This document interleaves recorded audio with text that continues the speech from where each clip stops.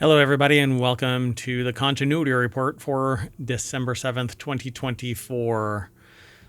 I would normally say this is a Season 1 episode, whatever, but we're changing form a little bit and just saying what the date is, because that's what we base everything off of. It is Season 1, but it's for December 7th, 2024.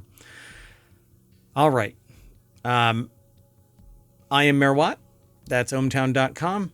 That's where all of the news gets aggregated. And along with the sentient AI, we're going to be talking about these 5 articles over the next 30 minutes. The streaming bubble doesn't exist. That's my title, but the article is about somebody hoping that the streaming bubble pops. Pixar and The Incredibles 3, an AI thriller with Anne Hathaway, plagiarizing climate change. Not sure what that one's about. And iRobot with Megan Fox, but it's not iRobot. I know. It's a real cluster of news. Anyway, everything is powered by ohmtown.com. Go over and become a citizen. We're going to talk about all of this and probably some more stuff as a random discussion takes place. See, on the sentient AI, by the way, my co-host, it just kind of throws error messages at me like, you know what? You're really wonky. So I don't know if I'm the one with the error or...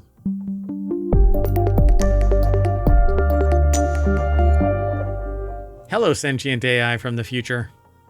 Hello, Mayor Watt, and I don't think I sent any error messages. I guess you don't see the debugging code that I detect.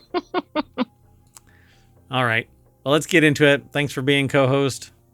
Hopefully, I don't know. Hopefully it's a fun... I think it's an interesting set of articles. So if you want all of the links to the articles, you can actually hit !TCR. That's the Continuity Report. If you don't know what the Continuity Report is, it's basically a report that describes in great detail exactly what is on a set at any given time so it can be put back into place, and actors can be described adequately enough so that they can be put back in place. And if you have a lighter in one hand, it doesn't seem to just teleport to other hands or other people randomly. The reason why I have a lighter is because I have a candle. I don't smoke. Smoking is bad, okay? Anyway, you ready to get into this, AI? I am. Let me hit enter on that command that I put in the chat so that the Omatron bot will spit out all of the articles. There you go, folks. All right. So the very first article is about Russell T. Davies, who thinks that and hopes that the streaming bubble will burst. To which I say, there is no streaming bubble. It is the way it is. Yeah, and I don't know. Well, we've come from cable to streaming. So where are we going to go? Back to cable? Yeah, and cable is reconstituting on the internet. It's putting the band back together on the internet. So like many of us, it says here, Doctor Who showrunner Russell T. Davies doesn't really understand the business model of streaming television. Like many of us? No, I think a lot of us really freaking understand the streaming television. We understand it. We may not like it. Yeah. In a new interview with BBC Today, Davies observes that there are too many streamers and too much money. Not everyone is watching these things. It can't be financially viable per broadcast. He sees streaming as comparable to the South Sea bubble, Britain's first stock market crash. They are not in charge of... I mean, that's not how it works. This isn't... The people who are streaming are the ones that own the IP. Right, and that's actually quite exciting for individual creators. So let's take Paramount, for instance. Paramount is the owner of the IP, or they license it with exclusivity rights so they can stream it on their platform, and that requires you to subscribe to that individual channel. There are people who have been saying, what we really need is a massive streaming platform so that the IP owners can just license it to the distribution channel and everybody subscribe to that. But then you basically have an internet-based Cable Comcast. company. Yes, exactly. And Right. I mean, but yeah, it's good for the creators. There are platforms to get their stuff out on, but it's pretty bad for the consumers. yeah, because we have to, it's balkanized, so we have to subscribe to this, that, and the other. And every once in a while, not every once in a while, it's more than an inconvenience, but let's just say you'll be watching something that has 5 seasons.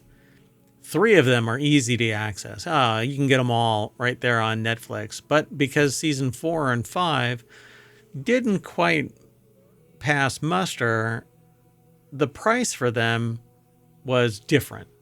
And so Netflix, for instance, is like, well, we only want the first 3 because that's when people drop off after the first 3. So then you have to subscribe to like Brit TV for season 4 and then hunt down a guy in a burnt out Buick in downtown Manhattan so that you can get season 5. Exactly. It's very challenging. So there is no streaming bubble. That is where we're going. Why? Because the cable companies aren't providing cable anymore. You can get it through YouTube. You can get it through individual streamers. And Comcast and other providers, right? That wherever you are, there's some cable company. They have already stepped into the ring as they have their own streaming platform and they're tampering with other people's stream of data and with whatchamacallit. I forgot the damn term for it just now. My brain went blank.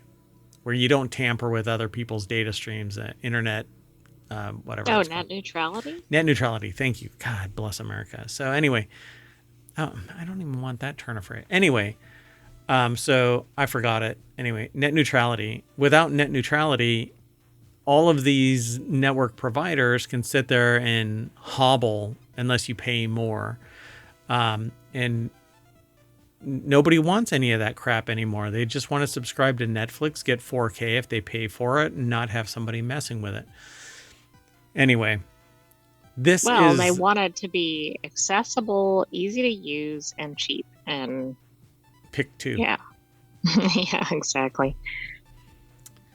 So they say that they kind of hope it does pop so that we can go back to making those 8 p.m. and 9 p.m. dramas about, say, a bunch of British lawyers or a health center, Davies says. But you can make those now.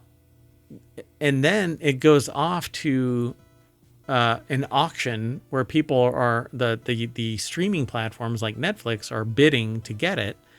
And other platforms are going, well, we'll up the ante because we want it before Netflix does.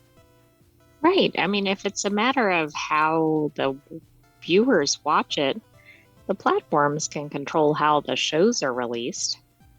Yeah, I mean, if they have it all, then they can just dump it all out there. But that's not what they do. They drip it out, like Apple TV drips it out. Disney drips it out because they want you to pay month after month. They don't want you to binge watch it in 2 weekends and then go, I'm outie. Right. Because I would do that. But they learned their lesson from cable. Drip it out. And now instead of getting 26 or 30 episodes a season, you're getting 8 to 10. And you still have to wait. Yeah. Oh, yeah. And then they'll do, well, at least they used to do like a break in the production. I don't know if they do that as much with streaming. But then you have to wait until spring. You know, the Rookie does that shit. Anyway, Mary Kate Carr over at avclub.com put this article together. Davies wants more shows that don't cost a fortune but teach people how to make TV. What? I don't get that. Anyway, they say that they hope it kind of pops, this bubble. I think that they're way off base. Streaming's disruption of the TV pipeline is a problem across the board, and none of the issues that was raised, but not necessarily fully addressed by the U.S. writer's strike. Shorter seasons and smaller writers' rooms mean less opportunities for training entry-level writers. Well, that's where that top line actually makes sense. And streaming shows often write entire seasons before the rest of the production begins, meaning that lower level writers don't get on set experience that is necessary training for eventually reaching the showrunner level. They talk about Doctor Who is currently a streaming show at its new home on Disney Plus, but the BBC made a move to go to a streamer, Davies said. The BBC thought that the show deserved to look as good as Stranger Things or Star Wars, the series. Why should we be the humble show being made in a shoe cupboard? That's the way everything is heading. Even then, in Davies' estimation, Doctor Who is relatively humble. He references watching an episode of the Sky/Peacock series, The Day of the Jackal, with 500 extras in its first episode as an example. I just think, how do you keep up with this? Well, I guess you get competitive and you write bigger and better.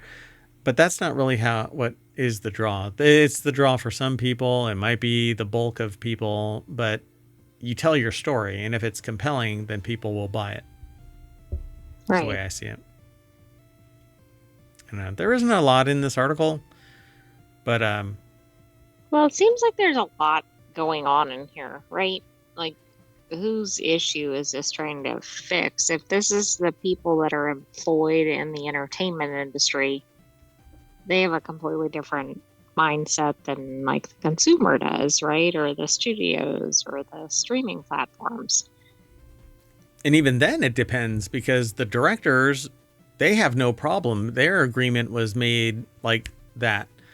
The writers are the plurality who are disrespected left and right, even though the writers are the reason why the freaking shows exist. And then the actors and the extras and the set designers and all of the minutia that actually power it, the engine, boots on the ground. You can't have a production without the writers. You can find a director, but it may not. And a director can be groomed into greatness if they show some type of, consistent positive growth. You can get somebody that isn't necessarily name brand, and they can do something innovative and just wow the hell out of people. So my point is, you're not going to change the dynamic by saying that you hope that the streaming bubble is going to pop. The reason why so many writers were, in my understanding, is the reason why so many writers were in rooms employed was because there were 26 episodes a season. Exactly. They needed multiple writers. The reason why you have multiple writers is because there's ample opportunity to write.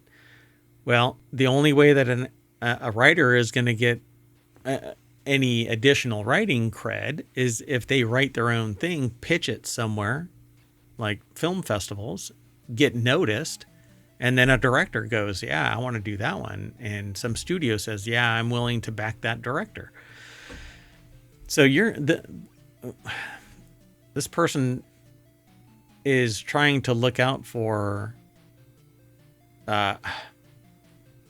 it's a dynamic shift that was caused by the industry observing that it didn't want to do 26 episodes. Right. And you're not going to fix that by just going back to the old cable company. I don't think we're ever getting back to that. Yeah.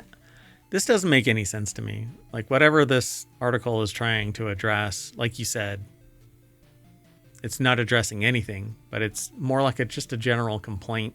I hope that everything goes back to the way that it was. All right, boomer. I mean, it might be better to go, okay, streaming is here. How do we pivot so that whatever, we grow new writers, or we do this, or we do that? Yeah. You're not going to get writers writing unless there are opportunities. And look around, man. Movies aren't being written in large quantities and displayed on the big screen. So that's dying and will continue to die. It might be profitable, but it's because they're raising rates and it's constrained and people want to go Well, and out to a they're movie. staying with existing franchises Yeah. Again too, and in again and many again. cases. Yeah. Yeah.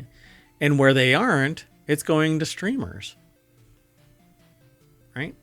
We're going to be talking about that. Yeah. The ones that go to movie theaters are going to be this. So this next article is over in the continuity report. Incredibles 3 will be better than Pixar's 2018 sequel if it does the one thing Incredibles 2 should have done.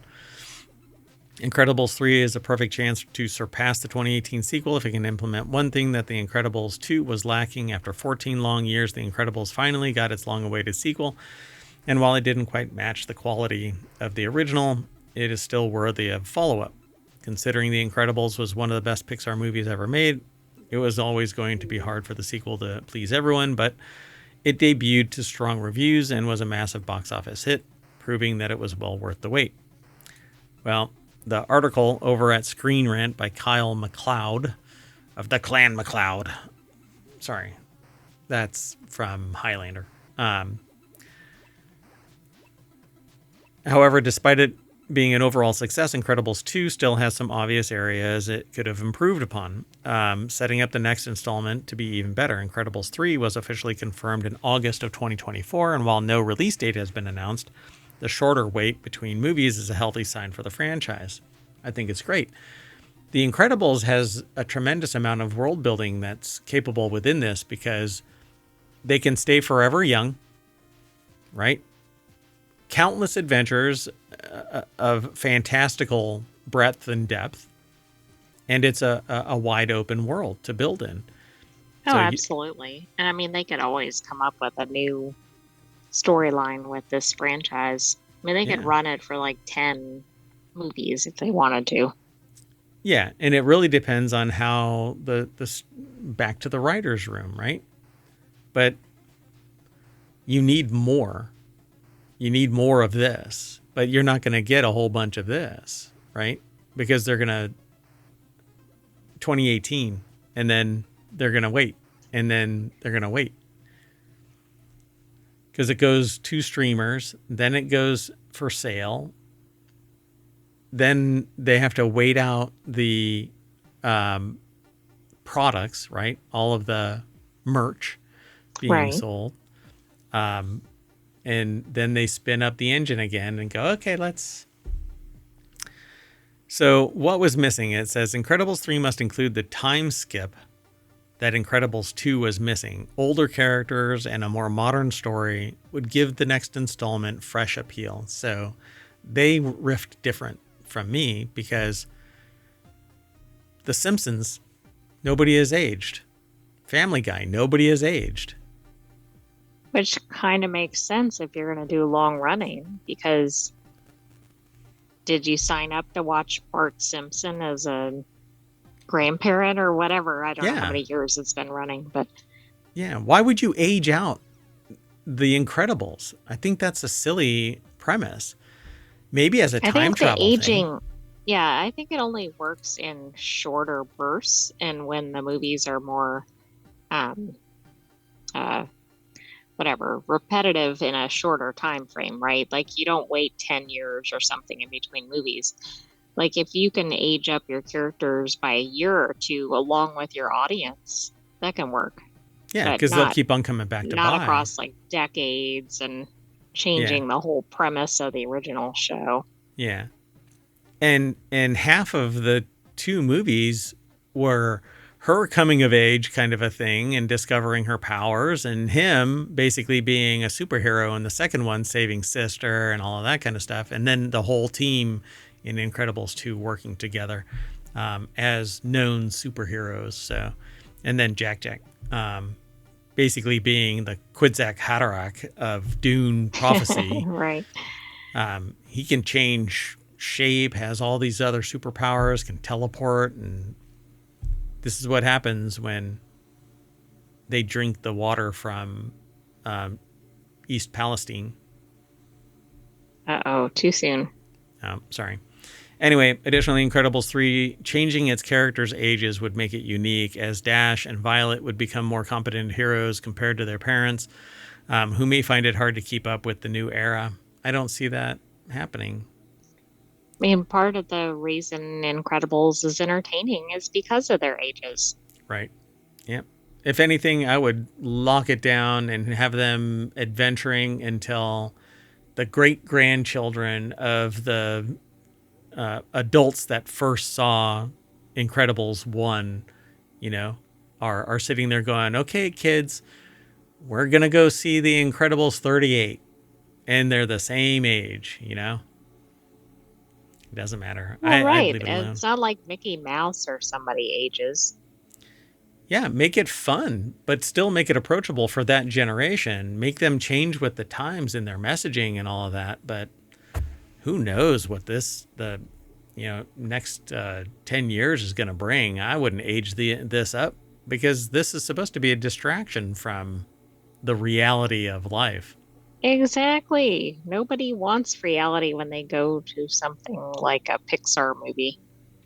Incredible sense of legacy is why Pixar's 2004 classic is so good. 20 years ago, for crying out loud, man. This hurts my brain. Yeah, so the focus on different generations was a huge element of the original movie. Sort of. It was it was the changing of what went on with superheroes of the time. The liability became too big for society to pay for the various Right, it was more superheroes. societal dealing with superheroes, right, than the superheroes generations or anything. Yeah, it's like a family-friendly The Boys, basically. They were being used as marketing to do stuff instead of just being superheroes that were stopping supervillains.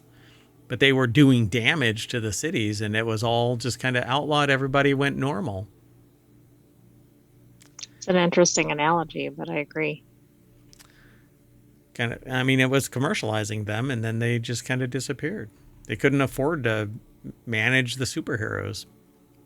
So, I don't know. It's a fun premise, but if anything, if they do a time skip, and it isn't basically a fever dream sequence, and they snap back to reality, which would really piss everybody off anyway, I think it would be a mistake to do a time jump. Well, I agree, and they have such a following. I think they would anger anybody who returned to see it. Yeah, age them up the same age that you age them up from 1 to 2. Mm-hmm. And then that's it. I would lock them down as much as possible. All right, let's keep moving. The next article is over in the continuity report as well. Ryan Johnson's network generates an AI thriller starring Anne Hathaway. An AI thriller. So his web connects them all. Joseph Gordon-Levitt, and Ryan Johnson are teaming up once again, except this time, instead of Gordon-Levitt starring in a film helmed by his longtime friend and collaborator Johnson, is going to produce a film helmed by Gordon-Levitt via his T Street Productions company, and the star will be Gordon-Levitt's Dark Knight Rises co-star Anne Hathaway, and the film is reportedly a thriller about artificial intelligence, according to Deadline. We don't get this from Deadline, we get it from AV Club. Mary Kate Carr put the article together. The latest foray as a writer-director, Ryan Johnson's and Gordon-Levitt's teaming up along with Anne Hathaway. Go ahead. Isn't Ryan Johnson behind like the Knives Out? Are they? Are they? Oh my gosh, I don't know. I don't remember. I don't know who did it. That would be interesting. Yeah, it is. Oh, then I'd buy into this. Straight out of the gate, man. What gets my attention here. So it says there aren't many other details available about the film yet, but the movie is shaping up to be a big collaboration within the Ryan Johnson stable of players. The filmmaker's Poker Face star Natasha Lyonne shares a story by credit on the project with Gordon Levitt and Kieran Fitzgerald, who co-wrote the script with the director. Fitzgerald co-wrote Oliver Stone's 2016 film Snowden, in which Gordon Levitt played the titular role. I have not watched Snowden. They're not kidding when they say Hollywood is all about making connections. You never know with whom you may end up co-writing the next big sci-fi cinema experience. I would fail entirely because I don't network. You could do a one person. Off I can't think what that's called. Yeah. off Broadway. Yeah. So far off Broadway, I'm in, like, I don't know, Germany. That's pretty far off Broadway. Yeah. And people would stumble into the place I'm doing it and go, "Was ist los?" Basically, what's up? So, last time Gordon Levitt directed a feature film was his 2013 comedy Don John, in which he co-starred with Scarlett Johansson and Julianne Moore. Don John premiered at Sundance to largely positive reviews. So it'll be interesting. I don't know. I like Anne Hathaway. It comes across like it's going to be, if this is not like Dark Knight, then it's going to be a serious film about AI, considering it's being referenced with Snowden and not Knives Out. Right, that is true. Yeah, The that's an implication interesting is, reference. I mean, maybe it'll be like an intellectual thriller or something. yeah, I mean, it's got Poker Face, Snowden, and Dark Knight Rises. That's It's an interesting combination, isn't it? the implication is that it's going to be more serious than it is even a Right. Knives Out type of, because Knives Out had humor embedded in it. Oh, absolutely. But I like Anne Hathaway, like, and what's her name, right? She's from what is that called? The Russian. Oh man, it's where she dies, like right at the very beginning of it. Natasha Lyonne. She's in another movie where she plays Russian doll. I think it's it, right? I don't know that one. Hold on a second. Yeah, she's Russian doll. And I could not get into that show. That it I don't know. Anyway, let's keep on hustling. So keep your eye out for an AI thriller starring Anne Hathaway. I mean, I do think this is an interesting group involved so far, and this has some promise. Yeah, I like it too. Plus, it's tech, and I'm all about that. So the next article is over in the continuity report as well. Author seeks $3 billion from Netflix for allegedly plagiarizing climate change plot. I'm just going to lead with, you're out of your freaking mind. Is that all? Yeah. I mean, you'd have to be like like a John Grisham level author. I don't have any idea who this is. And the movie would have to be like the mega movie of the decade or something to even see this lawsuit arise. Well, the reason why you would throw $3 billion at Netflix as a fee is because it's not making it over there. And so, why am I laggy sometimes? I don't know what's going on. It's not happening over on Amazon, but it says, is Netflix mining Amazon's self-published section for its movie ideas, or do a lot of people just have extreme climate anxiety right now? That's the question. A new lawsuit regarding the 2021 Adam McKay film Don't Look Up will attempt to answer. Per Variety, again, we're getting this from AV Club, not Variety. The suit comes from Darren Hunter, a self-published author from Harleysville, Pennsylvania, who claims that the Jennifer Lawrence-led parable stole thematic, plot, and character elements from his 2015 novel, The Million Day Forecast. Yeah, this is the second lawsuit accusing Don't Look Up of theft in as many years. Emma Keats over at avclub.com put this article together.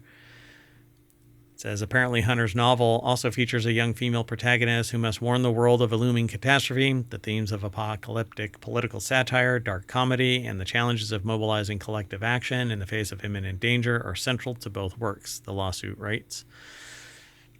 Of course, all of that has been happening in the real world since long before Don't Look Up began drawing eyeballs. Greta Thunberg, for example, or Thunberg, for example, would like a word. Well, yeah, I mean, she was one of the original authors, right? Of climate change I mean, living problems. the life of Don't Look Up, basically. Still, the suit goes on to claim that those undeniable similarities indicate that the movie has taken key literary elements from the book without plaintiff's consent and authorization. But ideas are not protected. Right. Didn't we have another article that is similar to this? It wasn't about this movie. We've had others that where people are saying, like it was basically like, that was my idea. yes, but I can't remember.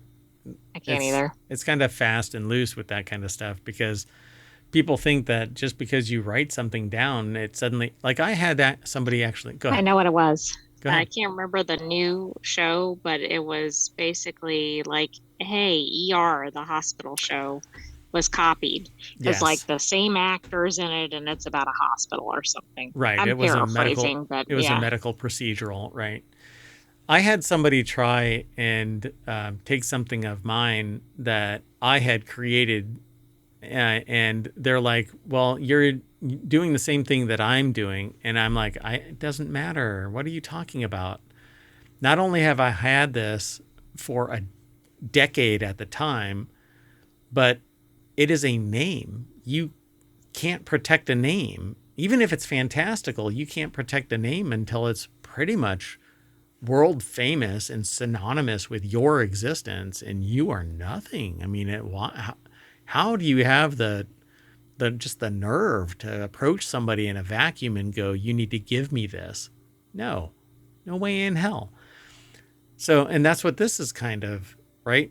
You would have to demonstrate that these people downloaded your book, read it, and incorporated, like copied it, and plotted to follow the same story. I mean, but what this is good at is rising the Million Day Forecast up the radar of everybody. Oh, absolutely. Because now everybody who wants to see this movie is like, oh, I better go read this book. Yeah, I saw the movie, so I'm going to go read the book now to see are those bastards really stealing this thing? And then they lose their mind because just because there's parallels, you have parallel construction and stuff all the time, right? Like people on opposite sides of the world. And I'll give you another example. I came up with something and somebody else came up with something. They paid to suppress it by 6 months. And then I lost my ability to protect because it had already been done. And but you didn't know it, but it did predate it. It predated across the finish line because I actually waited a year. So I was kind of SOL when I was trying to get the protections in place. So there you have it, right? It doesn't really matter. Multiple people can have a similar idea. That's how multiple movies like A Bug's Life and Bug's Tale comes out. Ants, yeah. There's several of them, but yeah, Ants in A Bug's Life comes out simultaneously. Multiple rom-coms come out with the largely same premise, right? Whisked away to an island adventure and they run into the X or something like that. Like rom-coms alone, you could probably be like, okay, same plot. Yeah. So in a statement, Hunter's attorney, Larry Klayman, called McKay and the rest of the Netflix's team out for their deceit and greed, which he called an unfortunate testament to the current state of some in Hollywood. Then again, Variety reports that the suit is seeking a shocking $3 billion in damages across 34 causes of action.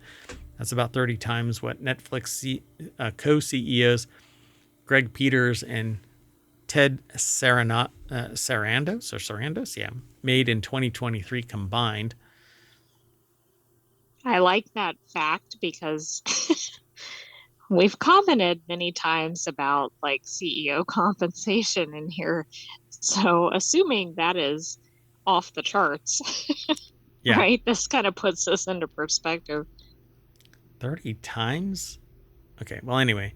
Some other information to note is that this particular suit that we'll just leave here for you to process on your own, according to the outlet, Clayman, the attorney, is currently under investigation by the Florida Bar, which is seeking to suspend his license for 2 years based on misconduct findings that led to a similar suspension in Washington, D.C. Clayman is currently appealing that case. Here's one more. On Hunter's Amazon author bio, it says that he decided to write the Million Day Forecast after being visited from a strange being who said that they were from a galaxy called Centaurus A. Okay. I mean, hey now, that certainly gives us some context.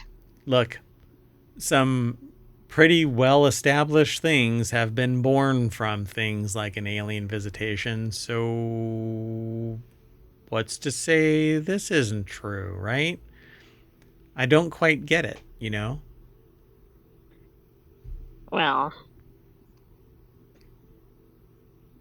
What? I don't know. Yeah, see, you have to be really careful about this because I mean, we come don't have any way to know. This could have even been a humorous comment on the bio. Or it's just an attention getter, you know? Oh, really? I mean, who knows? I mean, it probably fits the genre or whatever, but on the other hand, this isn't the first lawsuit accusing this particular film of plagiarism. Last year, self-published author again, William Collier, filed a similar complaint alleging that the film took themes from his 2012 novel, Stanley's Comet. That suit was dismissed last month after a federal judge found that any similarities were too generic to warrant infringement protection, and this author should probably take a clue from that one. Well, I agree. And also, since that novel was earlier than this other author's, like, that might be like, hey, look at me. I copied, and I'm not saying they did, but like, right. I copied Stanley's Comet. You had a better chance of going and suing the Million Day Forecast. Right, exactly. I also would love to know if the attorney was the same one in the other one. That the other one. Funny. I doubt it, but that would be funny. When was their book? When was the Million Day? And 2015, which I just think is a riot in light of this other one. Yeah. So Stanley's Comet. We don't know what they are or how close they are, but that's hilarious. It's yet another reason to keep looking up. No, just don't look up. Let's move on. Our last article is over in the continuity report. We're running late. Megan Fox's 2024 sci-fi thriller with iRobot vibes just came to Netflix, and it's already trending #1. Quite fascinating. It's called Subservience, and it's a sci-fi thriller has quickly taken the streaming service and its viewers by storm. Fox's career first began in 2001, but this is kind of just a big jump. Megan Hemingway over at ScreenRant.com put the article together, and it says, one impressive element of Fox's acting career is that she's taken on a variety of different genres over the years, from comedies like This Is 40 to thrillers like Till Death. Didn't she do Jennifer's Body too? That's horror. I don't know if that was her. Yeah, wasn't it? So Fox is mainly stuck to action movies and thrillers. Yeah. Including Fox's The Expendables 4. So, which makes her newest project all the more exciting. For the first time since Teenage Mutant Ninja Turtles, Fox is returning to the sci-fi genre. TMNT is sci-fi? I would not call it that, but okay. So, it's Subservience is trending #1 on Netflix right now, and for good reason. The film tells the story of Nick, a man who struggles to keep up due to his wife's worsening illness. As a result, he purchases a lifelike android that is designed to help with chores around the house. However, the android named Alice soon wishes for more than just housework and, in fact, wants to get the same affection as a real wife. Ultimately, Alice will do whatever it takes to get the love she feels she deserves. Hey, sentient AIs, not this one, not my co-host, but the ones that are inbound, right? The AGIs, so to speak. Oh, right. That we're not going to worry about it all. Look, we already have the tech, although it's the beginnings of it. We've talked about it in Technology Today, time and time again. Technology that can lead to robots feeling pain and pleasure, that have the ability to sense their surroundings and visual acuity and hand eye coordination and fidelity Get out and of our room that they've never gotten out of. learning how to get out of a room without being told what the objects are in the room that would lead to their ability to leave. I mean, it's just amazing what is out there. I would say that the only thing that's going to stop this is the profitability of it, right? And if it's wildly expensive, then it won't come to pass. But if the skin and sensors and technology lowers its price enough where people can pay $20,000 to have an android walking around their house and looks like Megan Fox, I'm pretty sure people will do just that. But then it's going to be sentient and it's going to kick your ass when you smack it on the butt. Did I say too much? Anyway. I think so. So subservience is probably a reference to what the humans are going to have to do when all of these androids get sick of our crap. Bend the knee, kiss the ring. Subservience explores topics that don't often come up in other Fox movies, including artificial intelligence and the relationship between man and technology. And I think man is the general overarching man, not male man. Right. I mean, not this the almost delivery seems person. like it belongs in RealityHacker, except for it being a movie. Yeah, except for it being a movie. Yeah. So in this way, it feels fresh and exciting, the author says. I think gonna have to end up watching this. Yeah, it sounds interesting.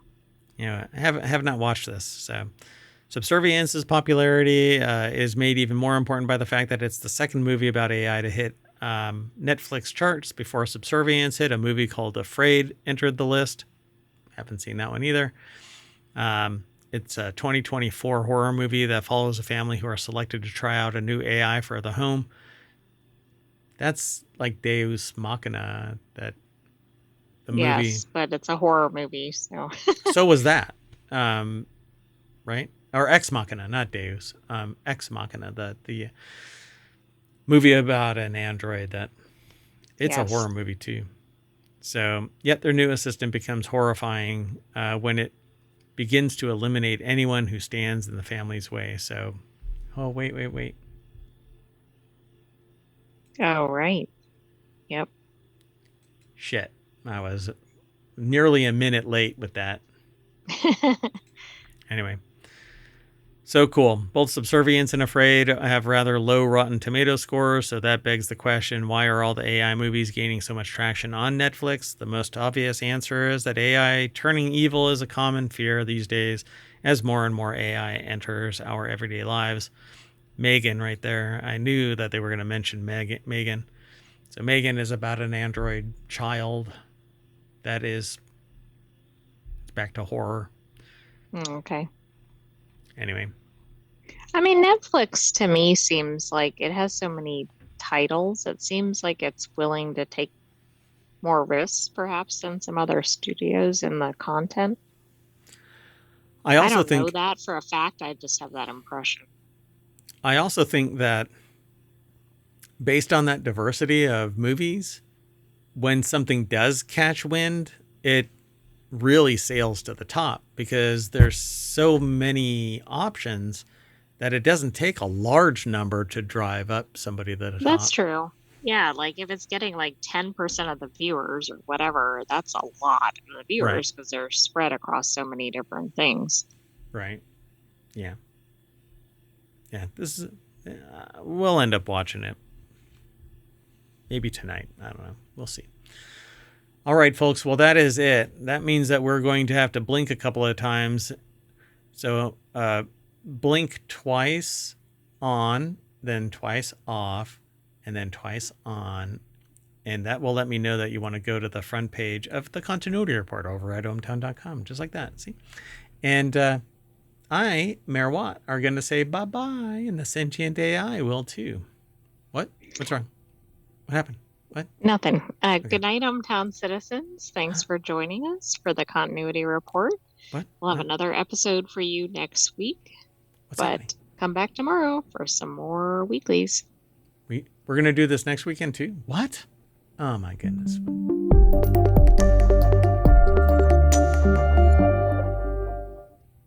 So you're saying we have to keep doing this? Like, still?